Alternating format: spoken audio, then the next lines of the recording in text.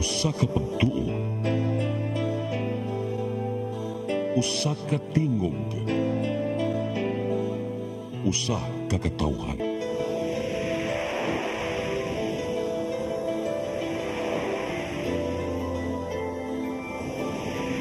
Cebu Catholic Television Network.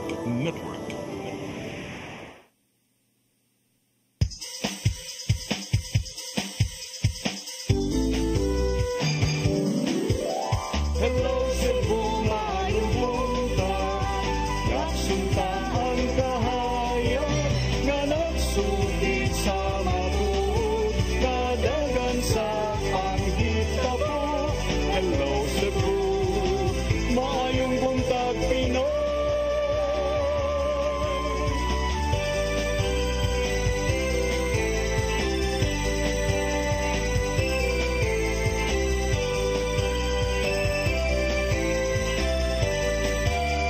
Ang katutulungan sa mga katawhan. Hello Cebu, hello Cebu, maayong buntag Pinoy, maayong buntag Pinoy, maayong buntag Pinoy. Hello Cebu, may buntag Pinoy, adlaw karong Biyernes, First Friday, adlaw tumbala ang Bata Senyor Santo Niño, pisa 4 sa buwan sa Abril tuig 2025. Sangan sa akong partner nga si Attorney John Destacamento, ako yung alagad sa kahanginan Malu Inocando Tabar, uban ko hangtod sa alas 9 karong buntagas tong programang Hello Cebu, maayong buntag Pinoy. Di ta maglangan ato dayong ipadangat kining ato ang latest weather update. Ikis pag-asa Mactan, Sir Jomar Aclarino, maayong buntag, sir. Yes, ma'am. Good morning sa tanan o sa tanan tigpaminaw kini atong latest weather update karong adlaw. Ang northeasterly wind flow ang nakaapekto sa Northern Luzon, kining Intertropical Convergence Zone or ITCZ, paday nakaapekto sa habagatang bahin sa Mindanao. Samtang easterlies or init na hangin gikan sa dagat Pasipiko nakaapekto sa bombahin sa atong nasod. Atong weather conditions sa tibok Central Visayas, lakip na ang probinsya sa Cebu, makasinati generally fair weather, kining init og medyo ikong mga panahon, gawas ini na mga patak-patak na mga pag-ulan o kining mga localized thunderstorms. Padayon ta mag-monitor sa itong mga gi-issue ng mga thunderstorm advisories. Hinay nga ito na sa kasarangan ng hangin masinati sa Visayas o kadagatan, malinawon nga ito na sa kasarangan ng pagbalod. Temperatura sa Cebu, 26 to 32 degrees Celsius. Natay forecast maximum heat index na moabot sa 38 degrees Celsius. Ug under kini sa extreme caution na category. Haring adlaw musalop alas 5:55 sa hapon ug misilang kanina alas 5:40 sa buntag. Ang dagat mutaob una alas 2:01 sa hapon. Philippine Standard Time alas 8:02 sa buntag gikan diri sa Mactan, taga sa Visayas, DOST Jomar Clarino. Sir Jomar? Yes, ma'am. Good morning. Yes, good morning, sir. Medyo naka-feel na tag mga sobrang kainit, no? Mga udtong tutok. So, unsa kay posible nga pinakagrabe nga kainit atong masinati karong adlaw, sir, and mga unsang orasa? Yes, so karong adlaw, ma'am, nakita nato pinakataas na ang 38 degrees Celsius sa atong forecast maximum heat index, which is under gihapon kini sa extreme caution category. So likayan nato ang kining between 10 a.m. up to sa high 4 p.m. diha masukod ang atong taas na o mag-peak diha ang atong kainiton sa panahon. Okay. Thank you sa imuhang update and clarification, Sir Jomar. Ug maayong buntag niyo tanan dina sa Pag-asa Mactan. Okay, sa kayo, ma'am, nagkasalamat and good morning. Thank you. Mao kadto si Sir Jomar Aclarino gikan sa Pag-asa Mactan. Arita sa tong front pages sa mga pamantalaang lokal ug nasyonal atong sugdan sa Sunstar Daily. Sa Sunstar Daily, Cebu Biz unfazed by Trump tariff. Sa Super Balita sa Sunstar, graduation sa Lapu-Lapu School ng Mangadlaon. Sa The Freeman, amid dry season, MCWD says supply remains stable.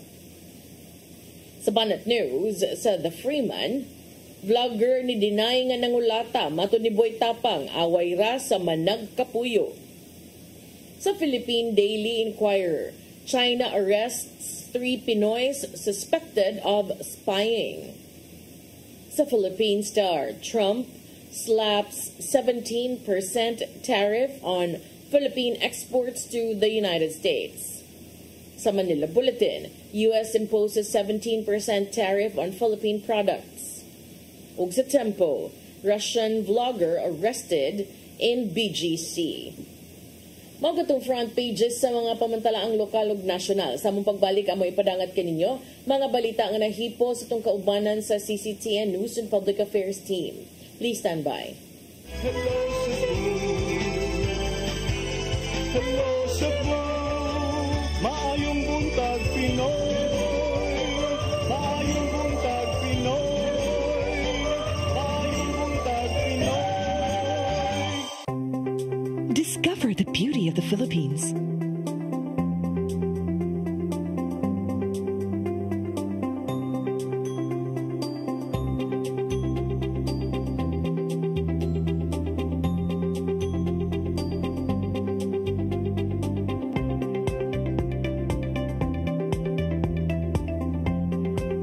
With Philippine Airlines, the country's flag carrier.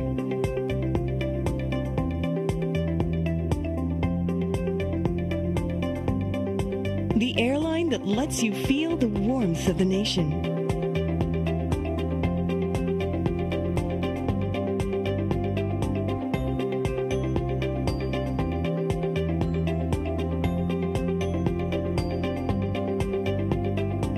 Mabuhay!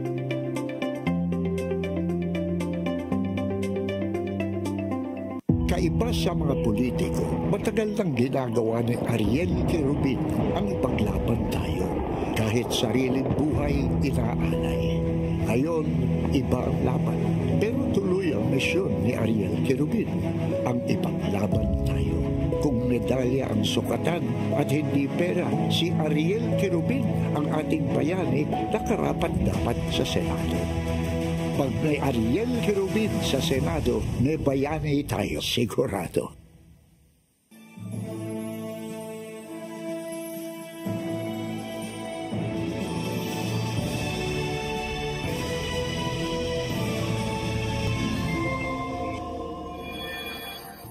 Sige, sa to pa, nagmahay ka nga, nabingyo ka. Wala akong nagmahay.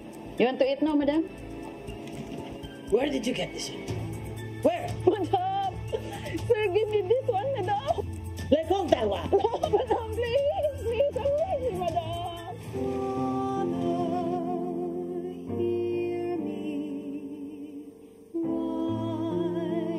Di po ganahan mo ulit Pilipinas kay gusto ko.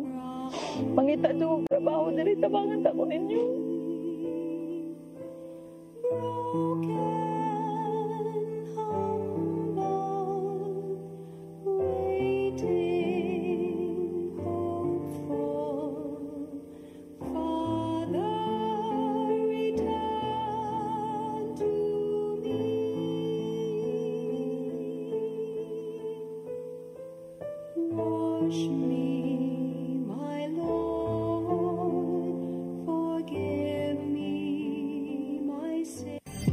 Ito ang programa kung saan magko-collaborate ang ating mga ozone na doctors para ibahagi ang kanilang kaalamang medikal. I believe with all my heart that the Lord is allowing us to understand that He's the one who are extending this life and we have to take care of our body. Yes.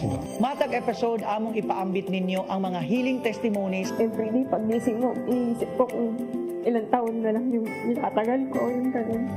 This is your path to a new start. OzoneMed Wellness Clinic New Start. Napapanood every Saturday, 8 to 9 a.m. Og ang replay airing matag Miyerkules, 1:00 hangtod 2:00 sa hapon. Dinhilang sa CCTN Channel 47.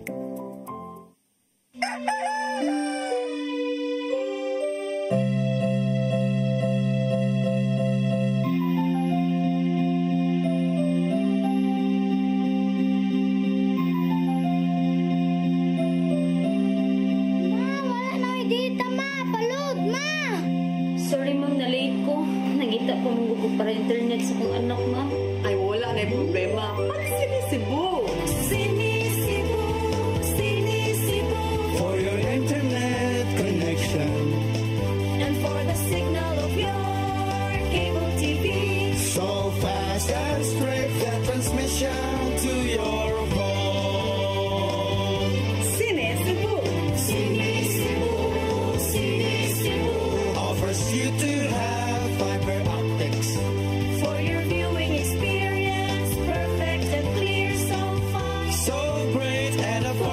for you to enjoy.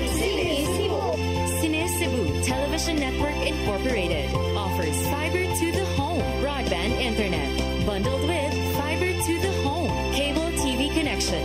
Cine Cebu Television Network Incorporated, with its operation in Metro Cebu and the whole province of Cebu soon. And affordable for you to enjoy. Cine Cebu. Hello Cebu. Hello Cebu. Maayong buntag Pinoy. Maayong buntag Pinoy. Maayong buntag Pinoy. Balik sa Hello Cebu, maing buntag Pinoy ug karon sa atong mga balita. Nagunas to mga balita karong buntaga, tulo ka mga senatorial candidates na padad-ana og notice sa Comelec Lapu-Lapu kabahin sa pagpatangtang sa ilang campaign posters nga gipamutang gawas sa common poster areas. Nadawat na usab sa Comelec Lapu-Lapu ang 301 ka ballot boxes ug batteries. Ang kasayuran ihatod ni Crystal Joy Pelerca. Moabot sa 988 ka mga campaign poster materials ang nabaklas sa Comelec Lapu-Lapu ato sa unang adlaw sa local campaign period ni adtong Marso 28. Matod ni Attorney Anjanet Lamban, ang Comelec officer sa Comelec Lapu-Lapu, nga sagad niini gipamutang gihapon sa mga poste ug mga kahoy. Lakip na sa nabaklas ang mga campaign poster materials sa national candidates nga makita sa ML Quezon Highway. Karong adlaw, nagpahigayon na usab sila og uplan baklas. Suma pa sa Comelec officer nga ubay-ubay pa nga mga campaign posters ang ilang baklasunon tungod kay ubay-ubay ang wa misunod sa common poster areas. Gani, tulo na ka mga senatorial candidates ang napadalan og notice sa Comelec Lapu-Lapu tungod sa ilang mga illegal campaign posters.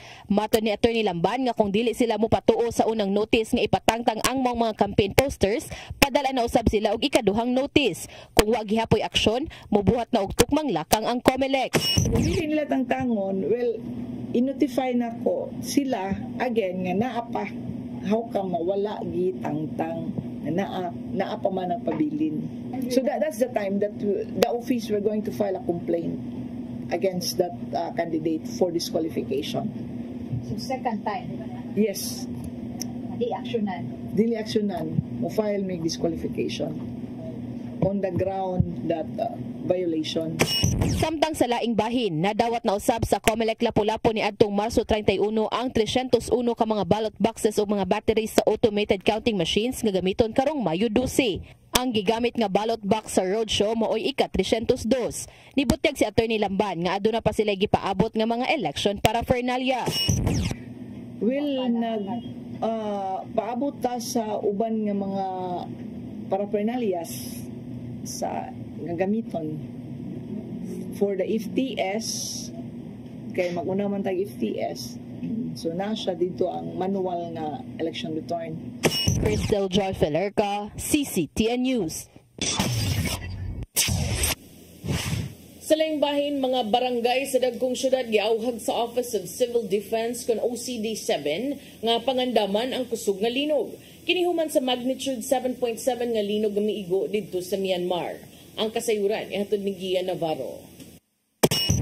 Ang ngayang kapanaminan sa tanan ang naitabong magnitude 7.7 nga linog sa nasod nga Myanmar diin libuan na ang nangamatay. Samtang adunay mga nagpabiling missing nga gipangita na karon sa mga rescuers sa maong nasod.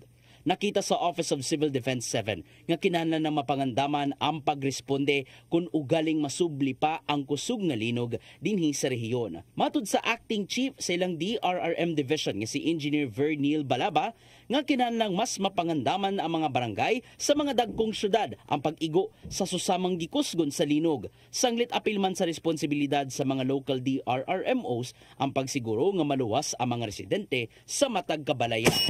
Institutionalize na nato sa mga LGU, labi na sa mga city DRRM officer. So it's up to now to the city DRRM officer kung unsa ilang programa on the ground. Binasihan sa atong pag-monitor, compliant man po na sila sa atong mga programa o mga training. Katakusang naigo ang Central Visayas sa kusog nga linog nga mao ang magnitude 7.2 niya tong 2013 diin daghang istruktura ang naguba. So kadyana gipatuman sa kagamhanan ang mga pagpangandam sa linog apil na ang ilang simultaneous earthquake drill matag quarter. Nasuta sa OCD7 nga sagad kining gitudlo o gipatuman ngadto sa mga eskwelahan. Maong nakita ni Balaba nga mas mayong ipatuman among matang sa pagpangandam hangtod na sa kabalayan. Kini aron dili mapalabi ang karatol ug mas masiguro ang tumang kaluwasan sa kaugalingon ug sa ubang miyembro sa pamilya. Maigo man ta or dili, once we have the culture of preparedness or culture of awareness, people will no longer be rattled kung palayo si bakulang maigo ta. Kaya nakaibaw naman tagad sa ibuhaton. Ana sa third level of response ang OCD7 human sa mga DRRMO sa matag LGU. Mong giatagan og lugway sa ahensya ang katawhan nga pagandaman ng kaugalingon sa pagsalbar kung simba ko lang may tabo man ang kusog nga linog.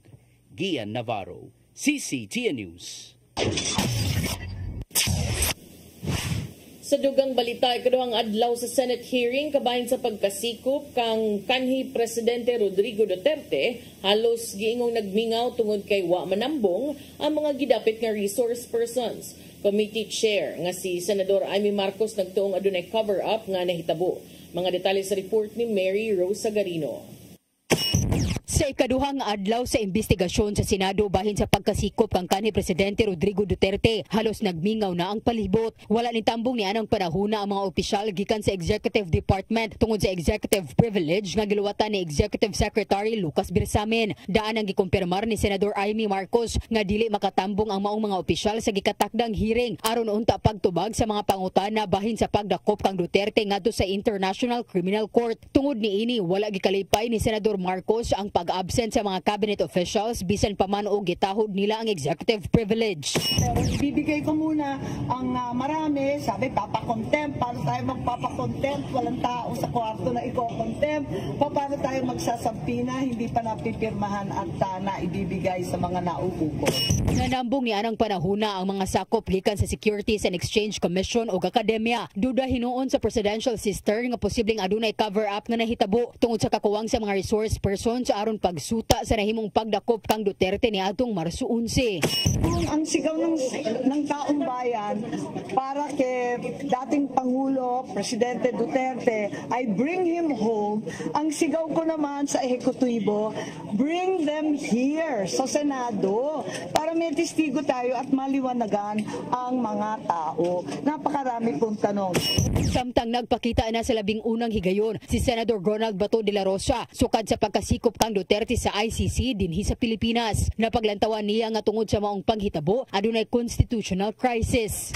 So Madam Chair, I would like to move that we issue subpoena to these government officials to require their presence in the next hearing. Kung meron ka pang gaganaping hearing, dapat masampina ito sila para magkaalaman. Klaruhin natin ito. Usa sa mga gipanglantaw nila mawang pagluwat og supwana ngadto sa cabinet officials aron matud pa mapugo sa pagtambong sa sunod nga hearing sa Senado. Mary Rose Sagarino, CCTN News.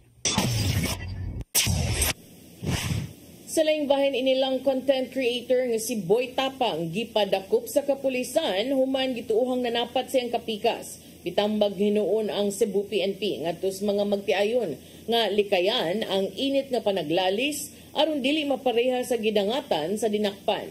Ang kasayuran ihatod ni Gian Navarro. Gikumpirmar sa kapulisan nga nadakpan ang inilang content creator nga si Ronnie Suwan alias Boy Tapang kagahapon sa lungsod sa Alcoy. Matud sa report sa Alcoy PNP nga midangup ang kapikas ni Boy Tapang sa ilang buwatan aron pag-report sa nahimong gidangatan. Nasuta sa investigasyon nga nagkainitay ang duha tungod lang sa gigamit nga vape. Hinungdan nga naputo sa bunog sa lawas ang kapikas sa content creator nga dala usab sa maom init nga panaglalis. Sa dihang gikaynabi sa mga tigbalita karong adlaw, giangko ni Boy Tapang nga nadala siya sa kalagot maong nabuhat niya. Okay na kami, di siya nagdala siya ng galit, sobrang galit niya. Nag-report siya dito, ganun, kasi galit na galit siya. Siyempre, natik advantage niya sa otak niya na di naman ako normal na tao, may pangalan din. I-report kita, sure ako na mapapahiya ka. Ganun, pinagsisiyan din naman niya, nanghingi siya ng sorry sa akin na nangyari ganito. So, yun sir, naintindihan ko naman, walang problema sa akin. Ito sab sa inquest proceeding si Boy Tapang, subay na sa gidusong nga kasong physical abuse ubos sa Violence Against Women and Children Act, batok kaniya. Tungod lang sa mong gidangatan, mipainomdom ang Cebu Provincial Police Office sa ubang magtiayon nga kung mahimo likayan ang grabing tensyon aron dili na musangpot sa pagpamunog. Matod sa Provincial Director nilang si Police Colonel Jovito Atanasio, nga andamino ng Women's Desk sa Kapulisan aron pag-atiman sa mga kasong may labot na sa pagpalit. So, i-prepare na sa atong police women's doon sa Alcoy ang kaukulang pag-file sa kaso aning vlogger na si Boy Tapang. Para dili na tularan sa uban pa nga ang ato ipairal nga panggao ng mga babaihan ng kalalakihan dili kay sa bubugon. Navarro, CCTN News. Sa atong katapusang balita, ikatulong gidudahang responsable sa pagpatay sa usa ka negosyante dito sa lungsod sa Tabugon. Nadakpan si mga kapulisan sa dakbayan sa Sugbo. Apan nakita sa kapulisan sa probinsya nga dili pa case closed ang maong krimen. Ang kasayuran ihatod ni Mary Rose Sagarino.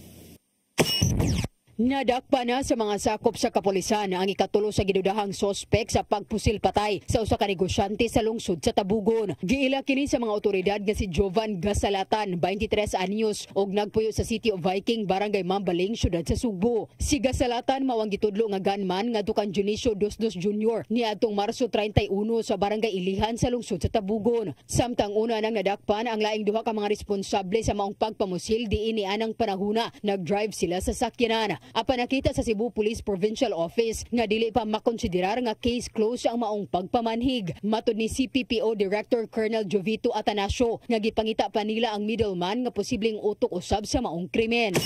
Sa amo pag sinabi, sir, siguro nagpangita lang ani, wala man tayo ginaingon din criminal gang.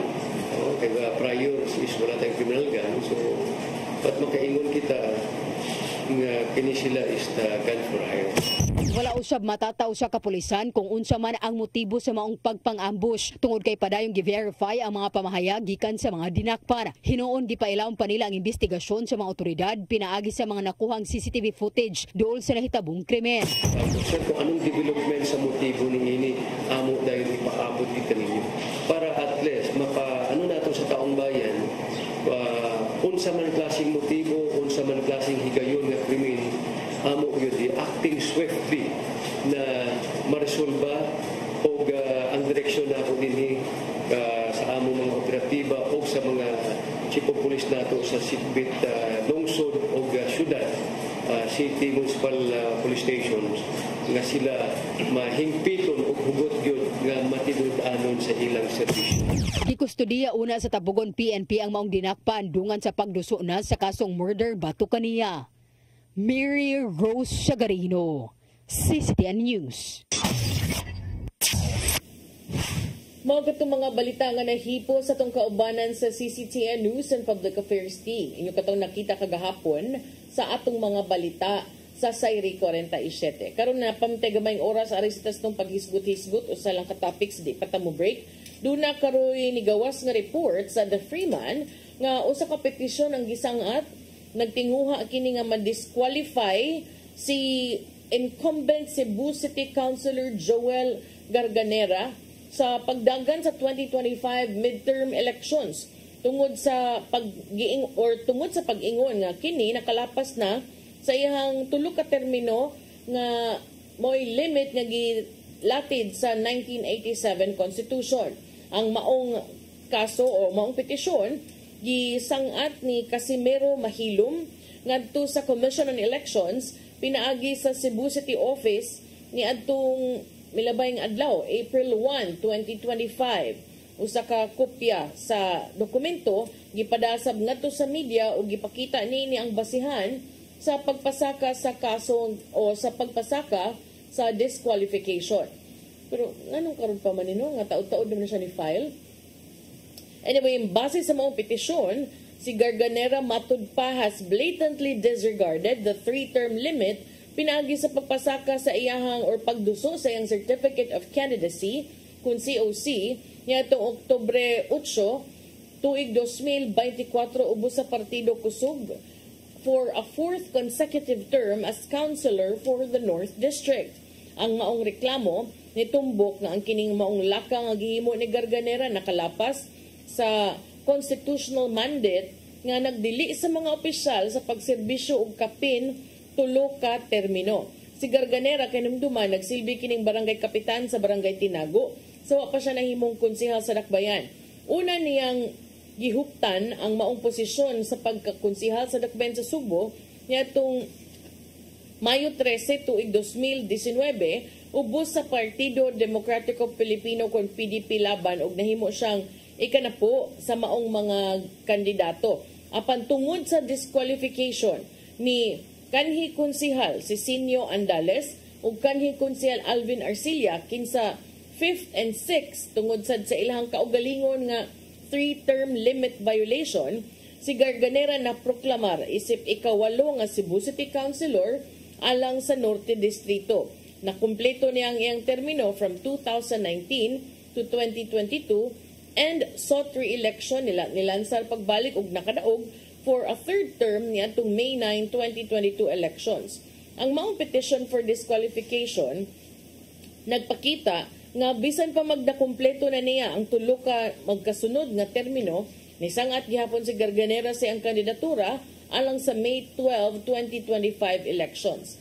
Matud ni Mahilom sa tipik sa iyang petisyon nga kasamtangan si Garganera matud pa nagtinguha na sa iyang ikaupat nga consecutive term as Cebu City Councilor for the 1st District of Cebu City ug matud pa kini gidili ubos sa konstitusyon ug sa mga existing laws.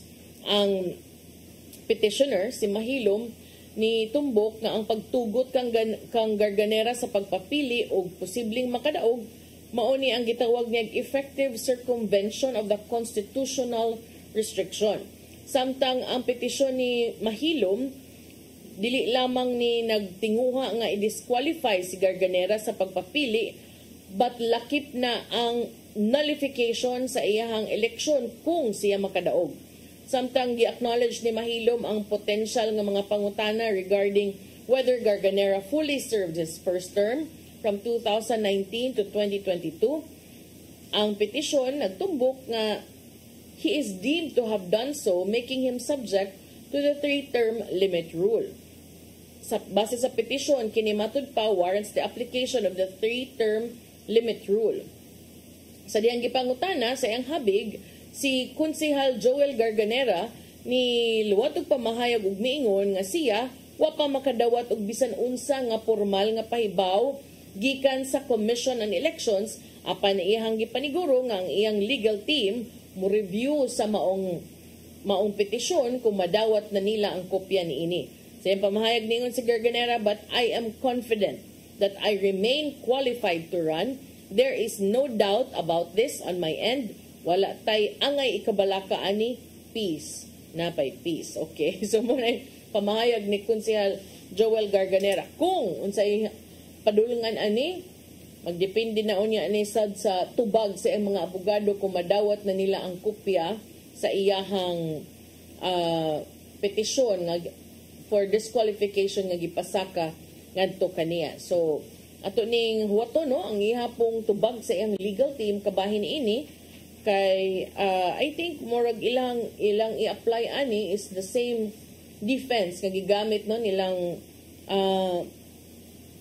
former Councilor Bebs Andales o former Councilor Alvin Arcilla sa diyang niingon sila nga katong ilang term before mo nagpapili sila for the 4th time because there was a time I think kung sa work na suspenso sila and they considered it nga dili to siya full kanang service of the term kay diha to time nga wala sila naka-serve like the entire full term. So I have a feeling nga kaning tubag sad ni Konsehal Garganera sa legal team moingon sad sila nga dili to hingpit kay remember pag una niyang termino paglingkod nakalingkod pa biya to sa katungdanan sila Konsehal Bebs Andales, sila Konsehal Alvin Arcilla sa wa pa ni siya nigipuli isip ika-last gyud nakakapyot gyud humansab na tangtang sa pwesto ang duha.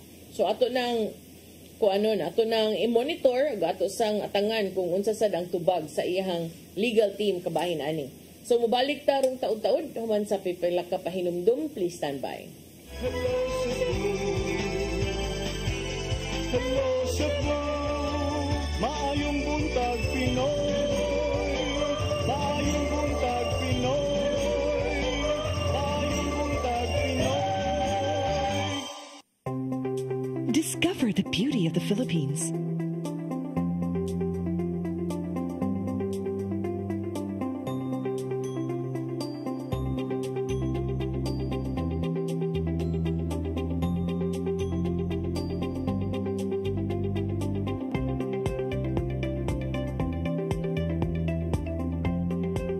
With Philippine Airlines, the country's flag carrier.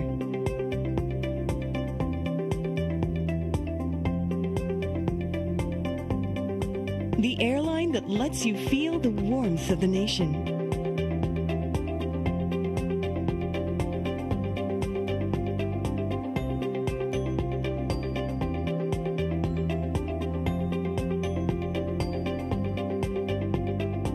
Mabuhay!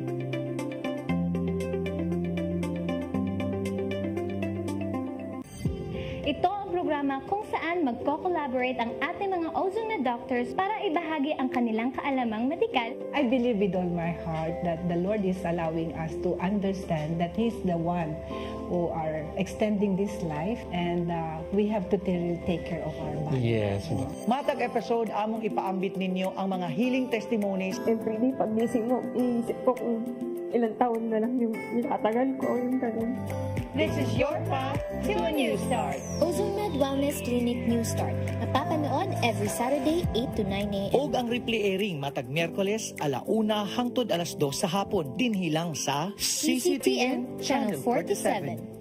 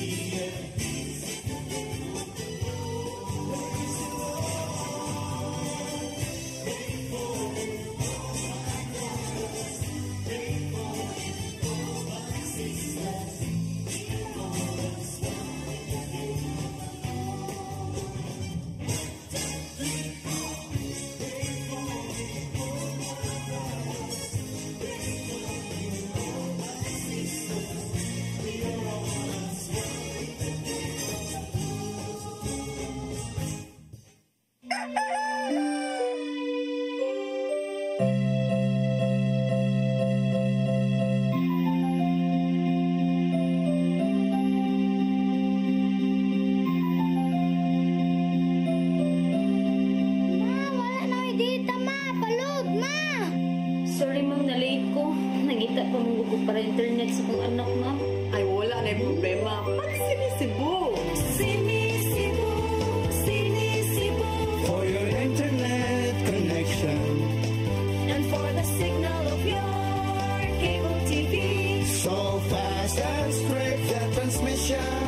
your home.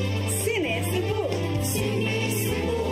Cine Cebu offers you to have fiber optics For your viewing experience, perfect and clear, so fine. so great and affordable for you to enjoy. Cine Cebu.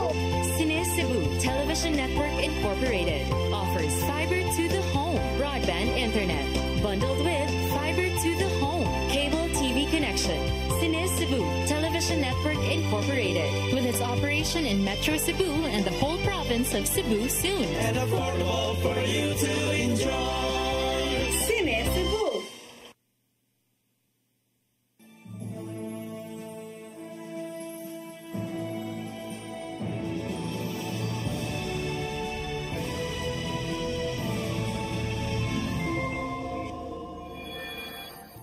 Sige, sa to ba? Nagmahay ka nga, nagbingyo ka. Wala akong nagmahay.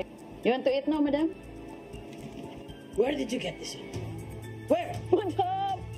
Sir, give me this one, madam! Let go, tawa! No, madam, please! Please, I'm lazy, madam!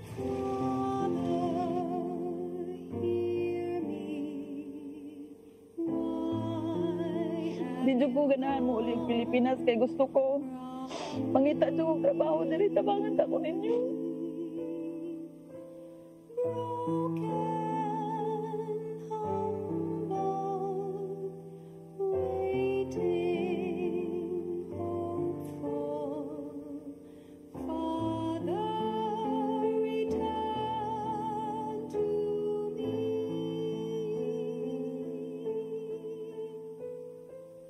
Wash me, my Lord, forgive me my sin.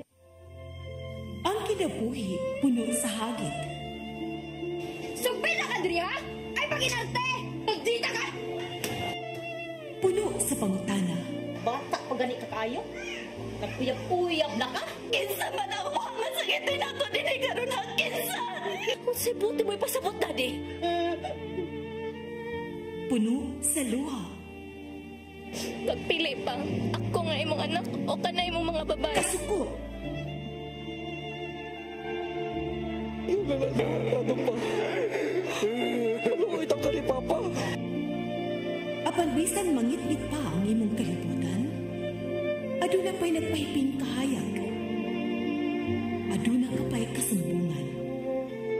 Mga laman, hanap na. Dear Tatay, Tunog na unlod na. Nganong handong na. Wailaing pagi aron masabtan nato ang Biblia. Kinanglan nga doon na tayo relasyon kang Jesus. Hangtod sa layan natong panaguban, kagang salamat. Shalom. Tunog na unlod na.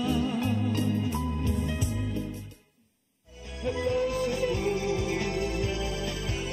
hello Cebu, maayong buntag Pinoy, maayong buntag Pinoy, maayong buntag Pinoy.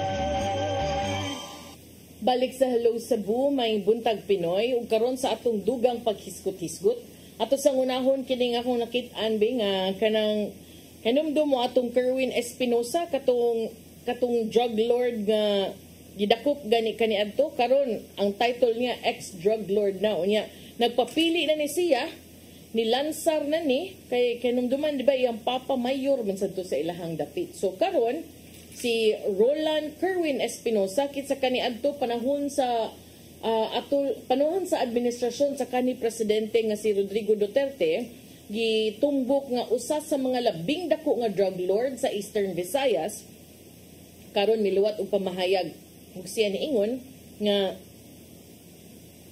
angay lang kuno nga si kanhi presidente Rodrigo Duterte ipaubos sa trial ug paatubangon sa iyahang mga salaod ngadto sa International Criminal Court.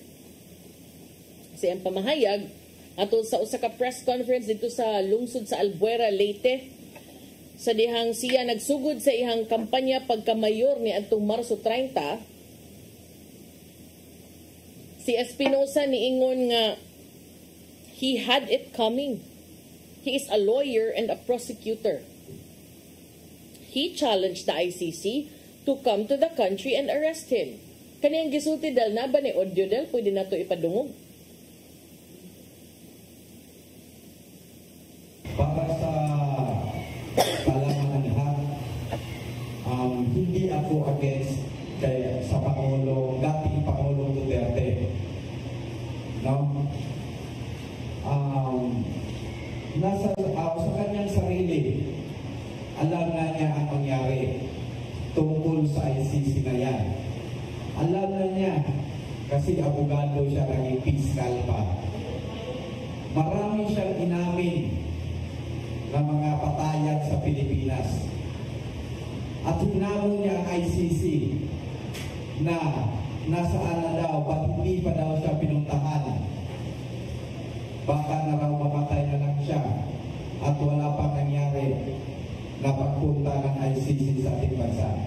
So, sa aking sarili, with my own opinion, normal lang siguro yun na nangyari sa kanya. Hindi ako happy, hindi rin ako malungkot. Na-neutral ang naramdaman ko kasi hayaan natin ang ICC na mag-imbestiga, lalo na ngayon na nahuli na siya. Huwag natin pangunahan ang ICC kasi may may due process na nangyayari. Magpasalamat lang tayo na ang nangyari sa dati nating presidente ngayon ay dumaan talaga sa due process na hindi katulad noong panahon niya na hindi maraming biktima na hindi dumaan sa saktong proseso. Suspected pala, pinapatay na at inaamin pa niya. Yung lang po. Okay.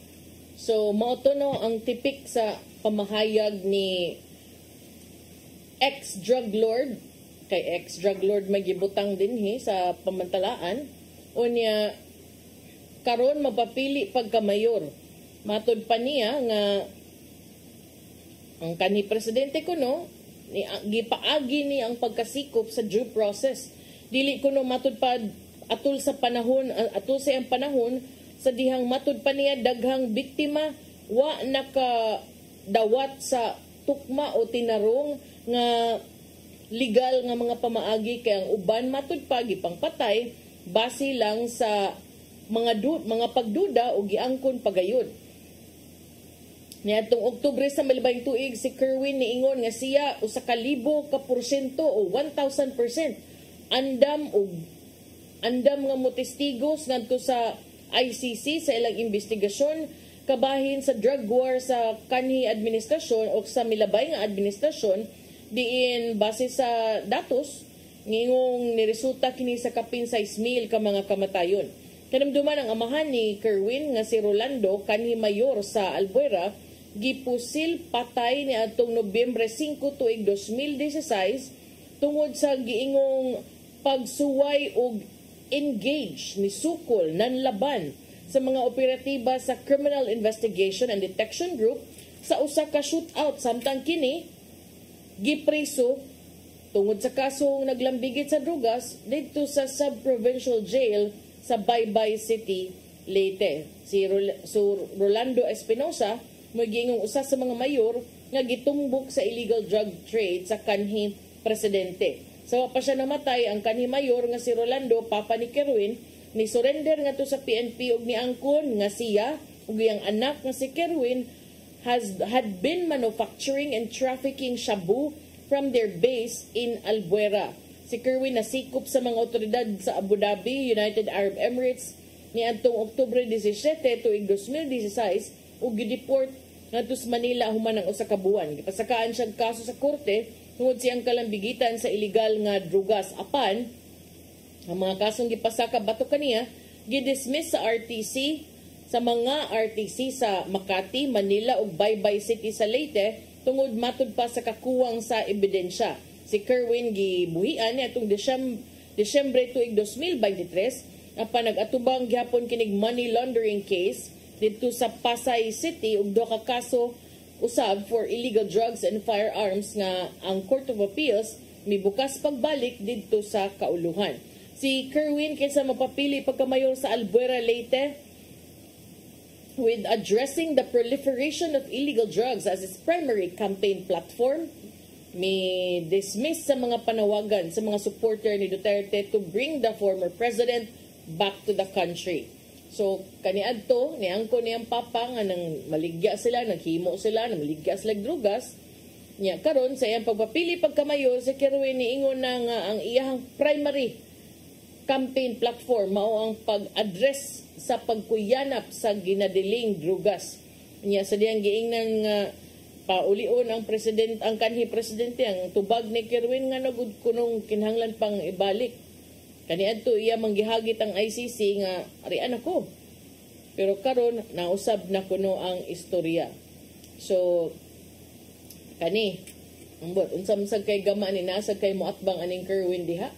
Pero sige, tan-aw na to unsay dagan sad sa imuhang kampanya dinha sir kay depende man na kung mamutar gyud ang mga tawo, mutuo sad sila nimo nga gikan sa pagkakanhi drug lord, nigawas sa mga balita, gikan sa pagkaangkon kaniadto sa imong amahan nga naghimo mo, na maligya mo og drugas, karon mapapili ka pagkamayor unya ang drugas na sad ang imuhang kampanya.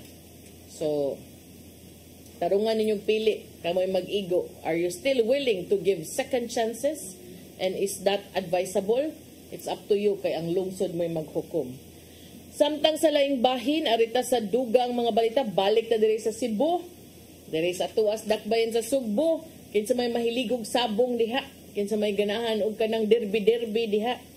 Kay mag-uol mo aning balita Kay ang Cebu City Council matud pa nipadaplin lang sa una sa pag-approve sa usa ka proposed ordinance nga naghatag og franchise para sa usa ka cockpit arena diha sa Barangay Tejero human usab sa mga kabalaka nga duol ra kay ni sa eskwelahan. Pero di ba namay ka ng buwangan diha sa Tejero? Di ni mao? Taud-taud naman ko nakabaw nga na buwangan diha sa Tejero. Ang gisugyot nga ordinansa, an ordinance granting a franchise to Grand Tejero Arena operated by Grand Sportsman's Game Club Incorporated to operate a cockpit arena in Barangay Tejero, Cebu City and for other purposes gipangamahanan ni Konsehal Joel Garganera ug scheduled unta kini for second reading kagahapon. Apan atul sa mga deliberations, si Konsehal Joy Pesquera may tumbok nga ang cockpit arena kinahanglan kining mahimutang at least 500 meters away from school property. Kay mao kini mandato o gilatid sa existing mga city regulations. Matud ni Pesquera ang measurement kinahanglan nga buhaton from property to property. So niingon siya maybe that's the reason why they did not pass before because of that. Tungod nining mga obserbasyon ang konseho agree nagkasabot nga i-lay lang sa ni ang measure on the table for the meantime. So pagkakaroon anha lang sana mo ilahang nasabuta mo ilahang naabot sa ilahang panagsabot atul sab sa session man kagahapon. Dili day Wednesday, I think kung ako na sayo Wednesday ang session. So mo ilahang giingon nga ari lang sa ni di lang sa tani tukion og maayo kay napa may mga angay sukdon mo suggestion ni Konsehal Joy Pesquera ngadto sab sa ordinansa nga gipangamahanan ni Konsehal Joel Garganera. So itos Konsehal Joel Garganera ni kay naabiya ni sa ilahang silingan. Ang silingan di ba kay Tejero ug Tinago tapad ra man. Si Konsehal Joel Garganera taga Tinago biya ni kapitan biya ni kaniadto sa Barangay Tinago diha sa dakbayan sa Sugbo. So ang kining maong gitumbok o proposal nga ordinansa nagtumbok nga kining mga operation sa cockpit arena when properly regulated magsilbi kini matud pa nga legitimate form of entertainment and livelihood nga makatampo matud pa sa lokal nga ekonomiya o maka-generate og revenue para sa Cebu City Government.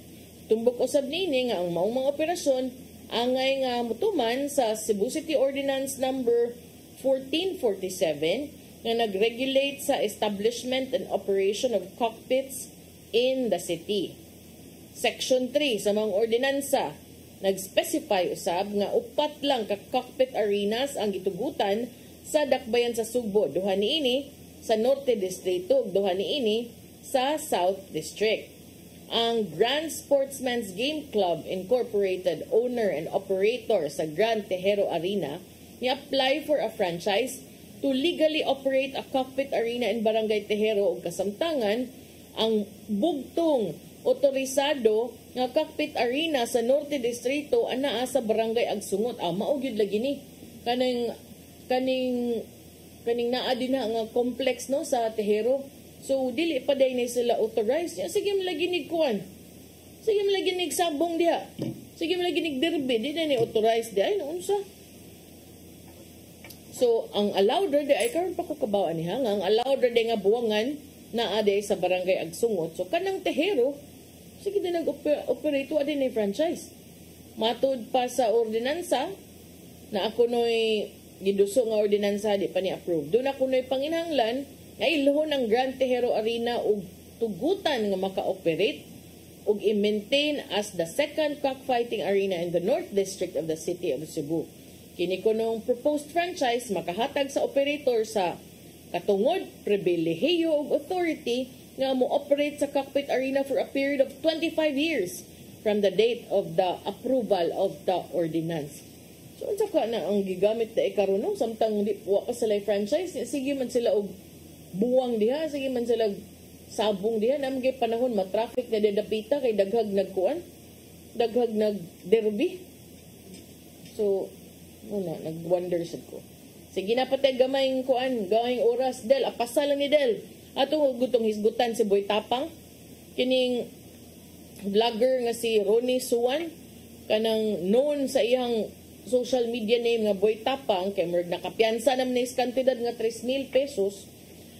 Gipasanginlan man gud nig physical abuse niya ang nagpasaka iyang kalibin kay kulata ko no siya, resulta ni siyang pagka Tanggong des Alcoy Municipal Police Station ni adtong Martes no Abril 1. Dili rata kay ko ani mo mind ba kay sa good libog man gud ang ubang mga tao pud say unsam gyud tinuod na for the content lang na for the views. Pero ni sulti siya ni diyan gi-interview ni buong kung ano Tagalog man ni siya Rodel nga Bisaya man ni siya. Ingon siya siyang interview, yung problema namin napakaliit lang talaga. Problemang mag-partner lang talaga. Nag-away kami, yung sinabi nila na binugbog ko yung partner ko, hindi totoo yan. Yung partner ko, kasama ko yan dito, nakulong ako, bantayan niya ako. Kahit iharap ko ang partner ko, wala kayong makitang sugat sa mukha niya, pasa sa mukha niya. Bali-baling buton, napakaganda ng kutis ng misis ko. Walang bugbog nangyari, wala kayong makikita. So, kung tinuod bang gay nangawanan nimong kulataha, sir, dakong problema imong kapuyo. Anong iyang gihasol-hasol atong kapulisan para lang yun, para unsa man. Inyo nang gisabutan para sa inyong content? Or nag-away gyud mo niya, tungod lang gyud kay, ingon ka, lahi ko na, unsa tiyong giingon ganina Del? Di biya ako normal nga tao, naabiya tay daghang followers. Sure mo dira, uy. Ayaw na ninyo duwa-duwa ang hustisya, uy. Kung nagtuo mo nga para content na ninyo, ayaw hasula-sula ang pulis. Ako'y pulis ay. Nga moingon mo, inyo rin gibuhat for the content. Mas daghan pag-angay buhaton ang kapulisan kaysa maghimuong props anang inyuhang mga content diha. Pero kung tinuod mo nga imo nang gikulata, para nako ang lalaki nga manapat og babae or ang babae nga manapat og lalaki, way hinungdan. Kay, di man na maayo. Isamot naglalaki ka. Di ba? Niya, manapat ka sa imuhang kapikas, ayaw gyud. Pero kung tinuod magingwa na nimo hilabti, nag-away lang mo, mo ang kapuyo, nagpalaban sa kapulisan, Na murag makaingon sa tagkuangan tagtagad aning hitabua hinuon kay wa man day problema nya nganong maginana man. So kani si Suwan gi dakpan, gi inquest, gi pasakaag physical abuse. RA 9262 o Anti-Violence Against Women and Their Children Act ni piyansa ni 3,000 para sa temporaryong kagawasan. Si Police Captain Jerry Magsayo, ang OIC sa Alcoy Police Station, ni kumpirmar nga napisog yun ni taliwasad sa mga social media discussions nga niingon nga ang iyang pagkasiko posibleng fake news or April Fool's prank. Matud sa report sa kapulisan sa Alcoy, si Suwan nasikop sa Barangay Daan Lungsod tungod kay matud pa gi physically abused niya ang iyang 21 anyos nga kalibin. Matud pa ang biktima nangayagtabang sa kapulisan ni atong Marso 31 human kini nakaangkog mga pipila ka mga pagpangulata niya na bunog siya namang kuno suffering multiple beatings which left her with bruises and contusions. Ang biktima ningon sa kapulisan nga siya nakasinati na og repeated abuses in the past even when she was pregnant upon hadlok siya nga mo report kabahin ni ini. Si Suwan nisikop mga lapas tungang gabi ni atong Abril 1 ug matud pa ni kuyog ra kuno siya sa kapulisan.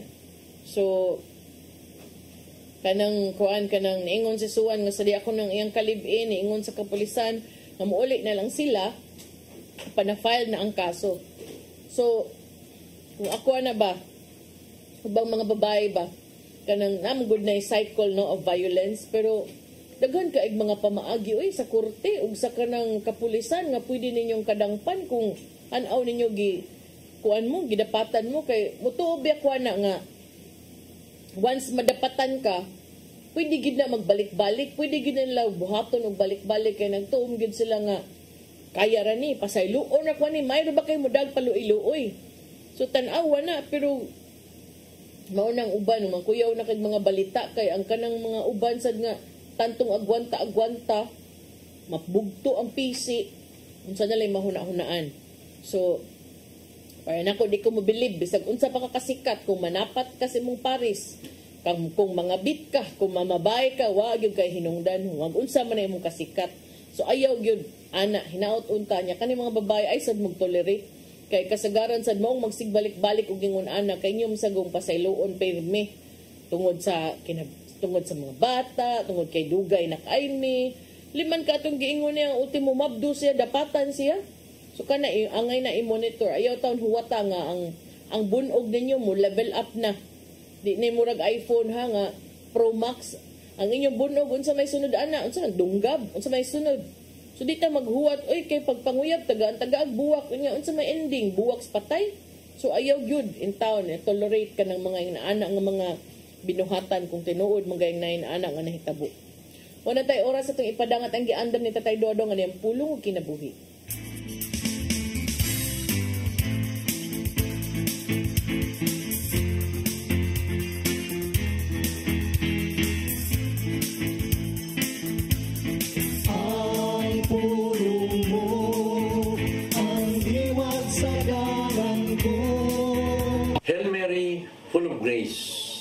The Lord is with you. Blessed are you among women, and blessed is the fruit of your womb, Jesus. Ang paglitok nini, tamis kayo alang kanato mga Katoliko. Mamanggani nga ang pag-ampo sa Santos nga Rosario, gihimong devotions sa tanang mga Katoliko. Why do we pray the Hail Mary? Wa kita mag-ampo nga kang Maria. Kita naghangyo kaniya ngay ampo kita niya. Dako kayo ang role ni Mary sa atong kaluwasan. Kay diya kini magsugod siyang pagsugod sa kabubuton sa man. Sa Lucas 1:38 nagaingon. Mingon si Maria, sulugon ako sa Ginoo. May tabo unta kanako ang imong gisulti. Mao kini ang oras nga si Kristo miabot diha sa katawhan. Busa dili mahimo isalikway nato si Maria. Pag himo ni Jesus na bino sa tubig, gihimo kini niya tungod sa hangyo ni Mary. Kini mo igong kamaturan nga si Mary ang ay lamang sa atong pagtawon o demosyon. Tungod kay siya, inahan sa atong mahal nga Jesus Kristo. Busa sa imong pag-ampo sa pita usab si Mary, pinagi sa paglitok din. Holy Mary, Mother of God, pray for us sinners, now at the hour of our death. Amen. Maigsoon, mao kini ang pulong nga naghatag kanatugiya kang adlaw. Magampo kita. Tanan samahan sa nang Espiritu Santo. Nagitong amahan, salamat sa imong paghatag kanamo sa mahal nga Birhen. Salamat nga niya uban kanamo nga among gihimo sa ngayon. Kay kung wala si Mama Mary, walay makapahimanglo kanamo kung kami na isalaan nga sa among dalan. Siya isip among inahan ang kanunay nasa among kiliran nga maghatag kanamo ugiya ngadto padulong sa imong bugtong anak ka Jesus. Amen. Ang samahan sa Espiritu Santo.